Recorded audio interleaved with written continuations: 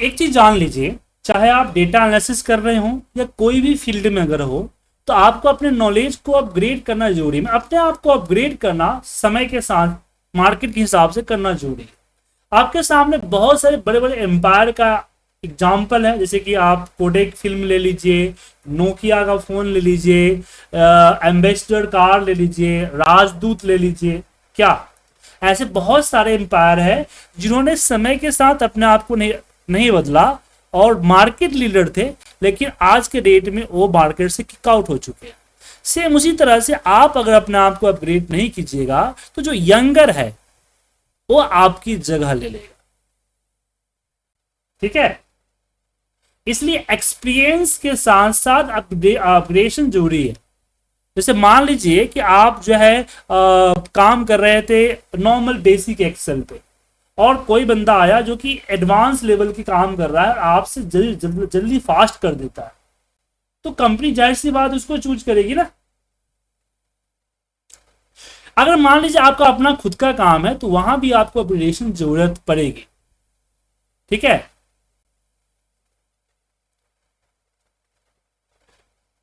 तो चलिए आज हम शुरुआत करते हैं, आज की क्लास की शुरुआत करते हैं उसी चीज से करते हैं। और सबसे पहले हम आपको ही एडवर्टाइजमेंट खोल के दिखाते हैं जिसपे आपने क्लिक करके मुझे पिंग किया था। तो ये जो बैच स्टार्ट हो रही है डेटा एनालिटिक्स की, ये बैच स्टार्ट हो रही है 5 मई से, जिसमें complete MIS report automation and data analytics का टॉपिक है। 6 कोर्स इसके अंदर डाला गया, मतलब कि 6 टूल्स इसके अंदर डाला गया है। सबसे पहला है इसमें एडवांस एक्सेल, दूसरा है इसके अंदर पावर बीआई, तीसरा इसके अंदर डैशबोर्ड, चौथा बीवीए माइक्रो प्रोग्रामिंग, पांचवा इसमें सिखाया गया है power BI Python data analysis and SQL server. अब इसकी रिक्वायरमेंट को समझते हैं कि इसकी रिक्वायरमेंट क्यों। हम शुरुआत करते हैं एडवांस एक्सेल से। देखिए, जब आपके एक्सेल जो है बहुत इंपॉर्टेंट है, एक्सेल के अंदर बहुत इंपॉर्टेंट चीजें हैं, लेकिन एडवांस ही क्यों? देखिए, कई सारे रीजंस हैं जिसमें हमें एडवांस लेवल की जरूरत पड़ती है। अब आपको यहाँ पे एक छोटा सा एग्जांपल समझाऊंगा जहां आप समझ पाएंगे। आप लोग वी लुकअप लगाते हैं ना सर? किसको वी लुकअप आता है? चलिए, अब मान लीजिए कि डेटा है मेरे पास, और डेटा में ट्रेडिशनली हम लोग वी लुकअप लगाते हैं ना, कि यहां पे गए, यहां पे 1 लिख दिया, और मैं यहाँ पे जनरली हमने वी लुकअप लिया, इसको सिलेक्ट किया और डेटा में चले गए। डेटा में इस पूरे को सिलेक्ट किया, कॉमा 2, 0 कर दिया, एंटर प्रेस करने पे रिजल्ट आ। ये ट्रेडिशनल है, फिर यहाँ लगाएंगे चाहे ड्रैग वगैरह करेंगे। लेकिन इसको अगर थोड़ा एडवांस करें तो यहाँ हम कर्ली ब्रैकेट का यूज कर सकते हैं। कि कर्ली ब्रैकेट में हम डाल देंगे 2, 3, 4, 5, 6, 7, 8, 9, 10, 11, 12, 13, 14, 15, 16, 17 and 18, 17 and 18। एंटर प्रेस करते ही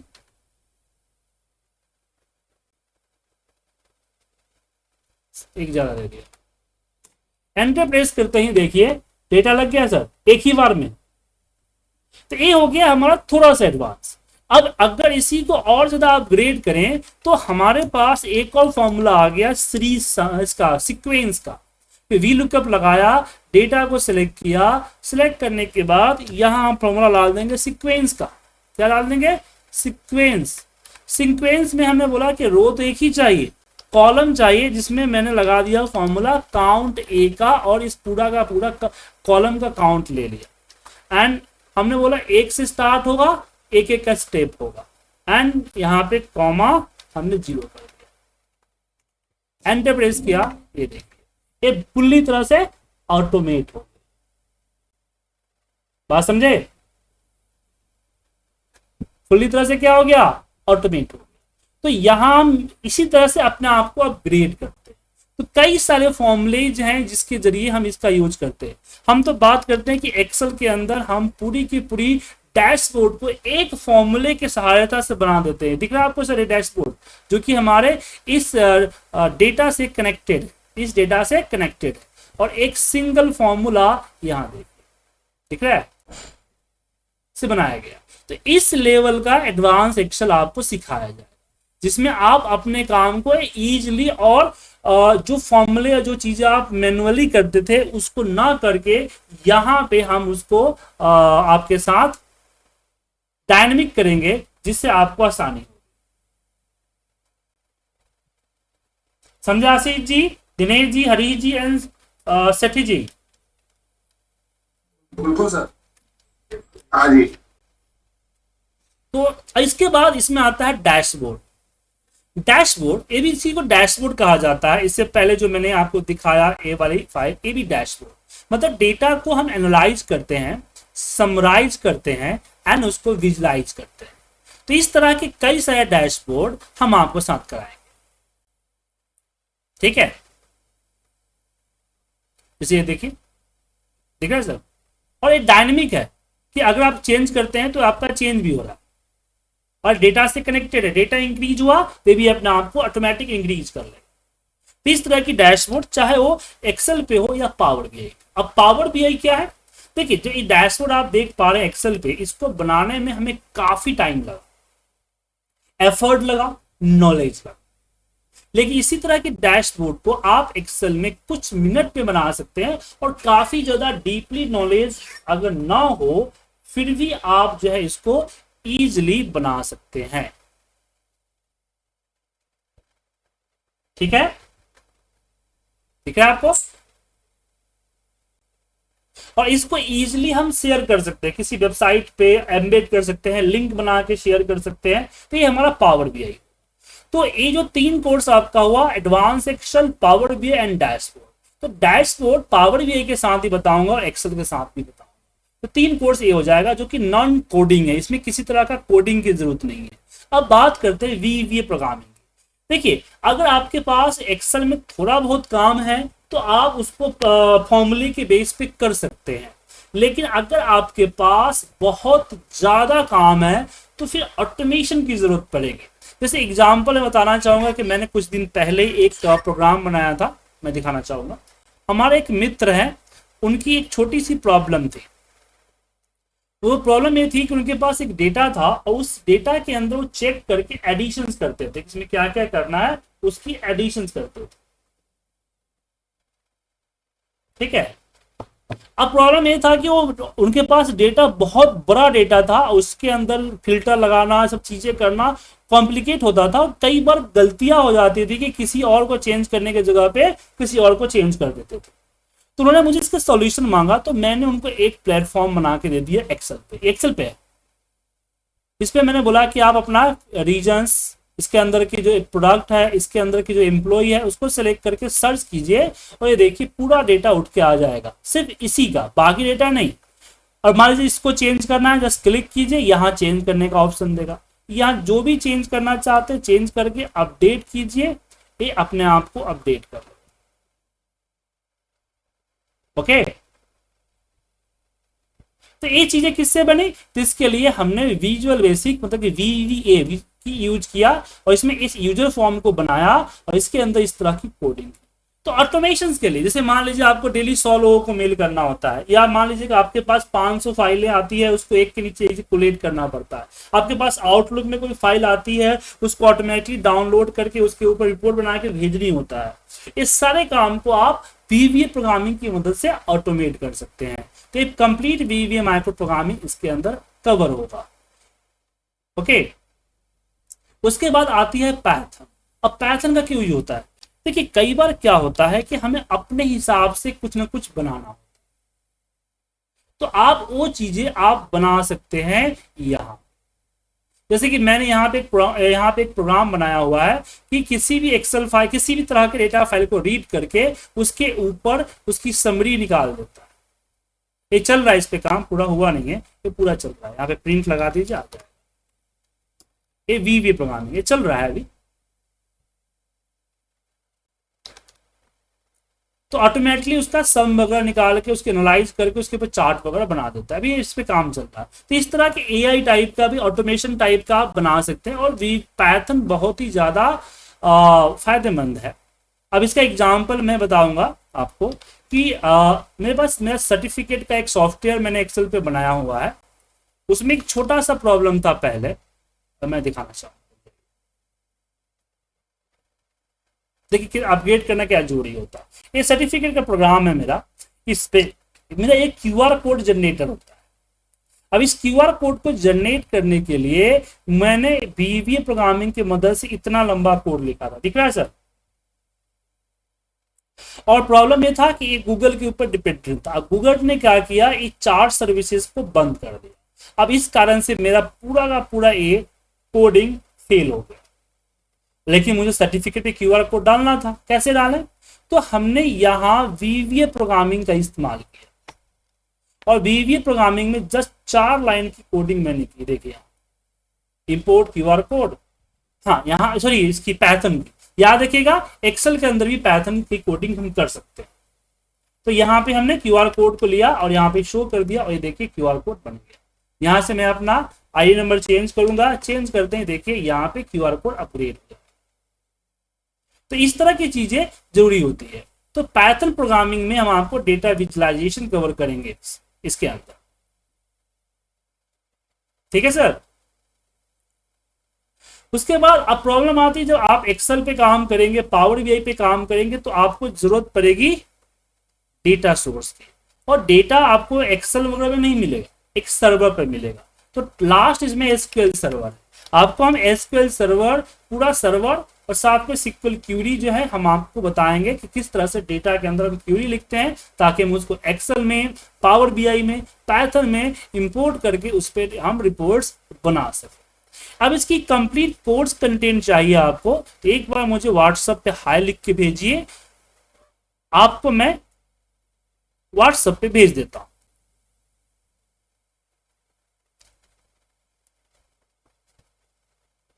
और मैं खोल के दिखा भी देता हूं।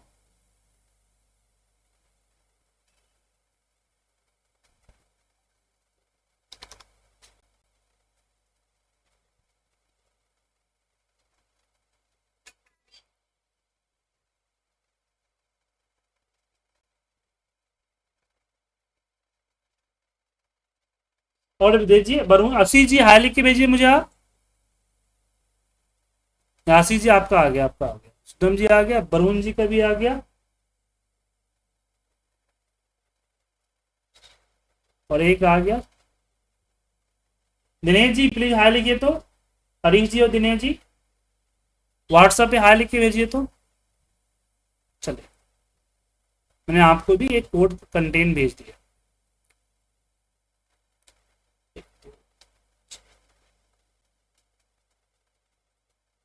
एक और है जिन्होंने नहीं भेजा है मुझे, हरीश जी शायद आपने नहीं भेजा है। सर कौन सा नंबर पे? जिसपे लिंक मिला है उसी पे।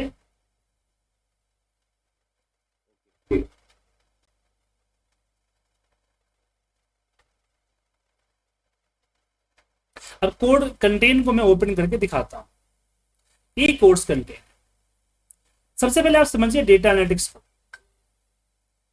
डेटा एनालिटिक्स में क्या होता है, एक कैलाश जोशी के नाम से आपका नंबर सेव है मेरे पास, हरीश जी।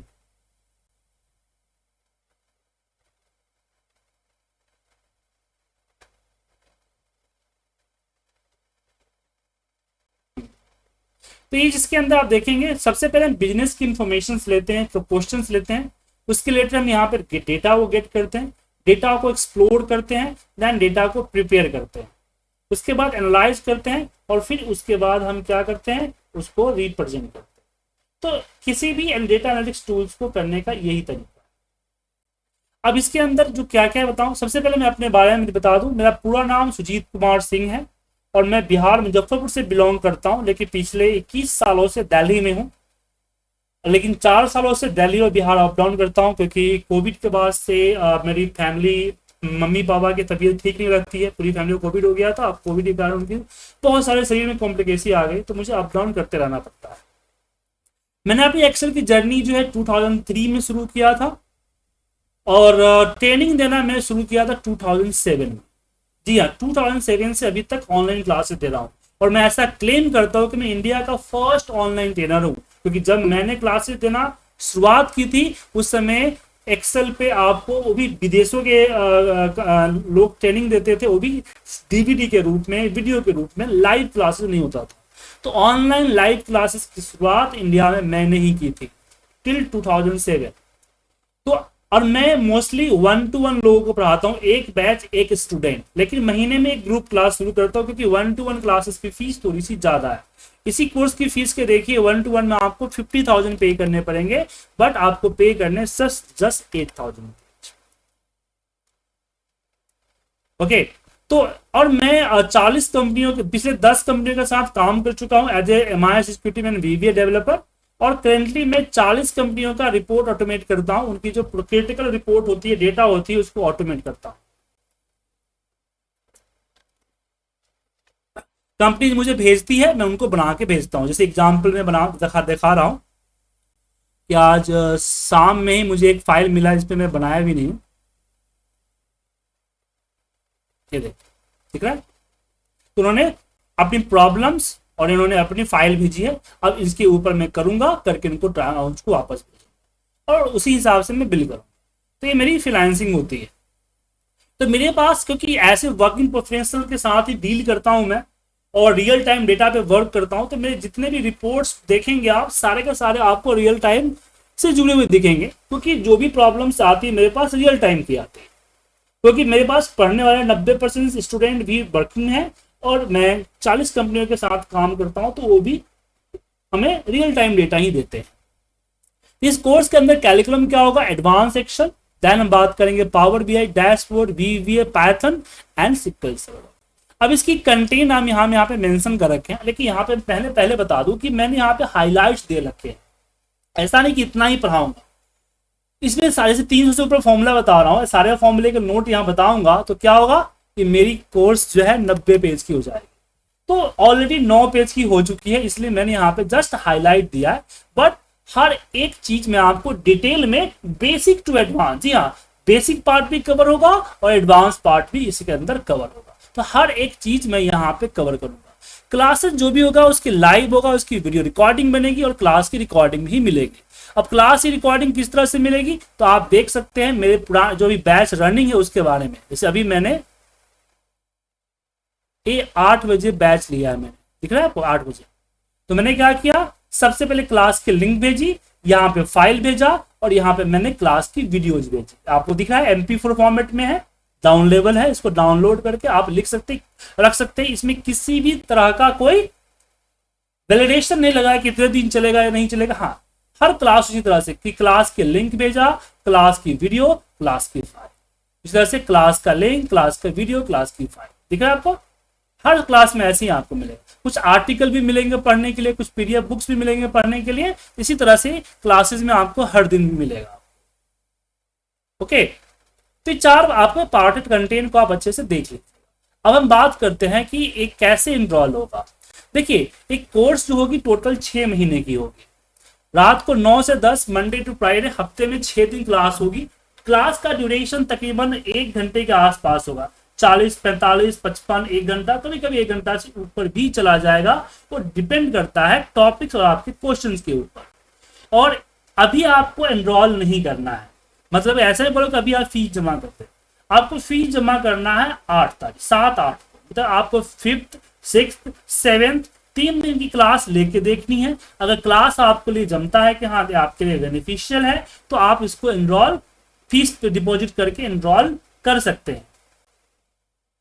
अगर आपको लगा कि नहीं ये आपके सुटेबल नहीं है, तो आप एग्जिट हो सकते हैं। लेकिन 5 तारीख से क्लासेस ज्वाइन करना है, इसके लिए आपको अपना बैच में सीट को रिजर्व करना होगा। सीट रिजर्व करने के लिए आपको 100 रुपीज की पेमेंट करनी पड़ेगी। ये पेमेंट आपका रिफंडेबल होगा कि 8-7 तारीख को आपने डिसाइड किया कि नहीं नहीं मेरे काम की चीज नहीं है, मैं नहीं पढ़ूंगा, तो ये 100 रुपीज आपको रिफंड कर दिया जाएगा। ठीक है सर, तो फटाफट आप लोग सीट को बुक कीजिए और